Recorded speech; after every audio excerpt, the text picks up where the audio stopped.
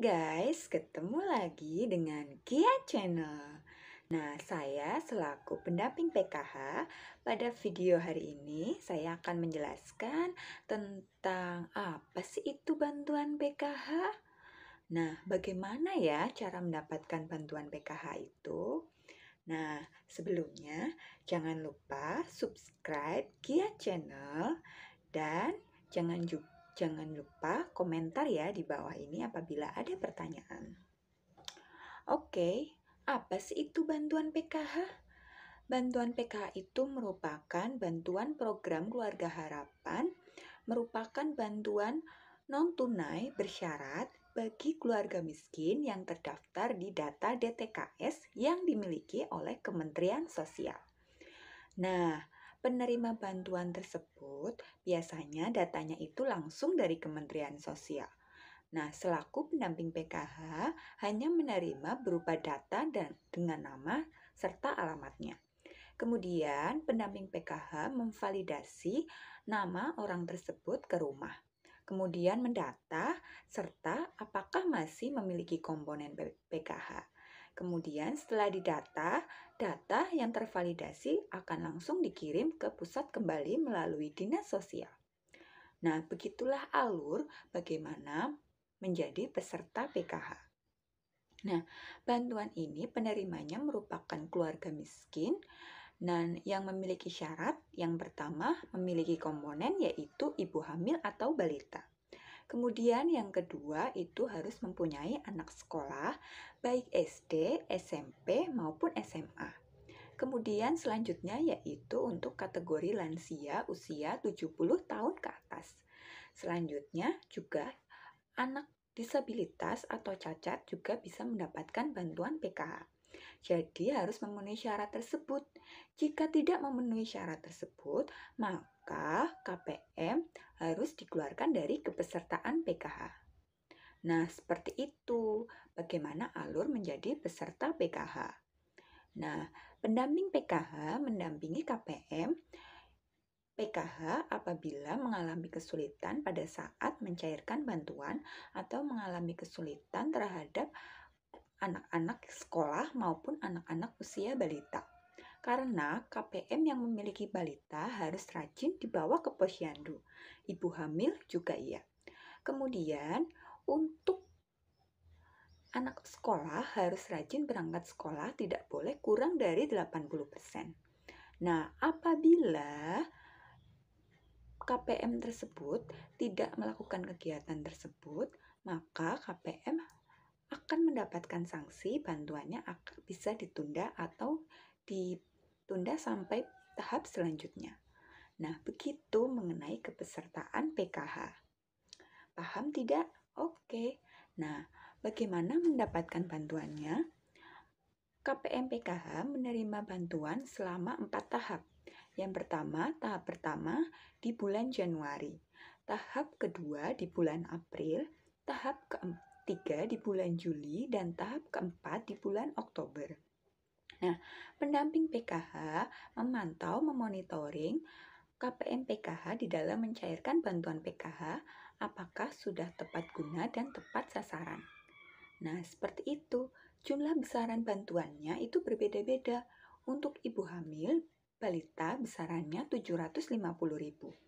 Untuk anak usia SD besarannya 225.000, anak usia SMP 375.000, SMA 500.000, kemudian lansia dan disabilitas 600.000. Nah, untuk peserta PKH yang sudah mengambil bantuan PKH harus laporan kepada pendamping PKH jika bantuannya sudah diterima. Nah, laporannya itu bisa berupa foto seperti gambar di atas, yaitu dengan memegang uang, kemudian kartu KKS, dan kemudian bukti struknya. Nah, itu sebagai tanda kalau KPM PKH sudah mengambil bantuan PKH. Nah, dari pendamping PKH nanti laporannya akan dikirim ke pusat sebagai tanda bahwa memang bantuan tersebut sudah tersalurkan dengan baik kepada KPM PKH. Karena pendamping PKH juga memiliki kewajiban untuk melaporkan apakah bantuan tersebut sudah sampai kepada KPM PKH atau belum. Nah, begitu untuk mengenai alur bagaimana bantuan itu bisa tersalurkan kepada KPM PKH. KPM PKH juga harus hadir di dalam kegiatan pertemuan kelompok yang diadakan oleh pendamping setiap bulan. Jadi, wajib hadir di dalam kegiatan pertemuan kelompok.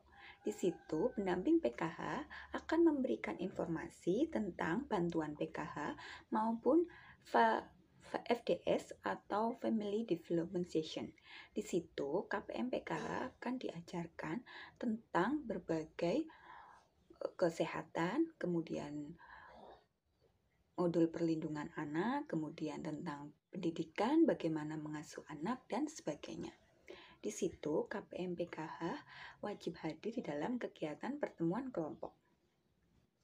Baiklah, nah untuk bantuan PKH cair di bulan Januari, April, Juli, dan Oktober. Mereka bisa mencairkannya di mana saja, di agen terdekat maupun di ATM sesuai dengan himbara yang sudah ditunjuk oleh Kementerian Sosial.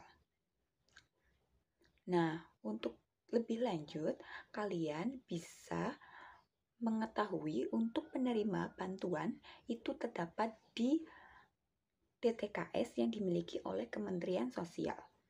Untuk bantuan PKH sendiri, jumlah bantuannya itu memang berbeda-beda, tetapi wajib dimiliki oleh KPM PKH.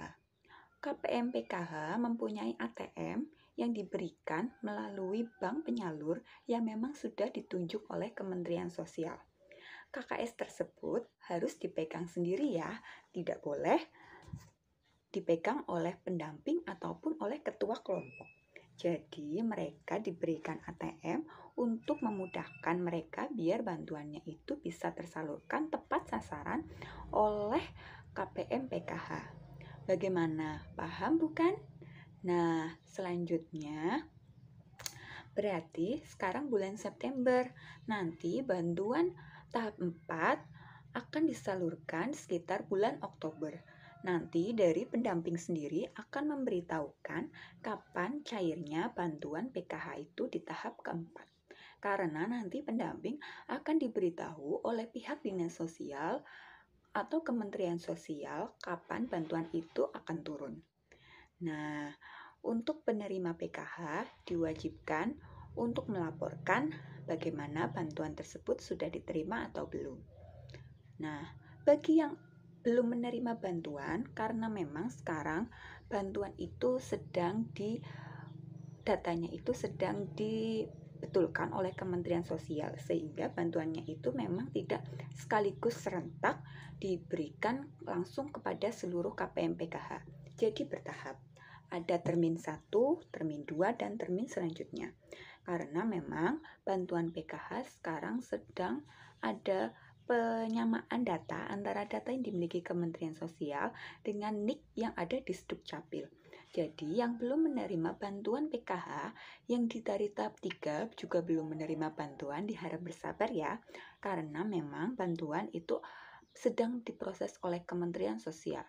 Pasti nanti jika pendamping sosial sudah memberitahu kepada KPM PKH bahwa bantuannya sudah turun, pasti akan diberitahu oleh pendamping.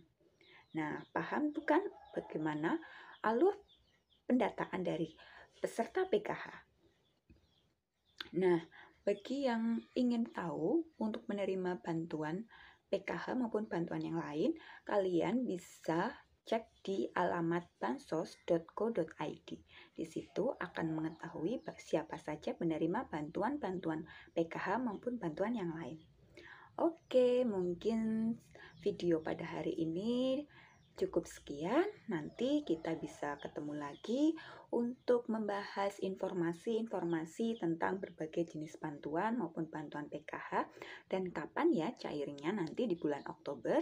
Maka dari itu, apabila ada pertanyaan, jangan lupa ketik di kolom komentar. Kemudian jangan lupa subscribe Kia Channel. Nanti kalian akan tahu tentang up to date bantuan apa saja yang akan tersalurkan di bulan September, Oktober, November, dan bulan-bulan selanjutnya. Nah, demikian informasi dari saya video pada hari ini. Semoga bermanfaat. Nanti akan bertemu di video selanjutnya dengan info-info terbaru mengenai bantuan dari Kementerian Sosial.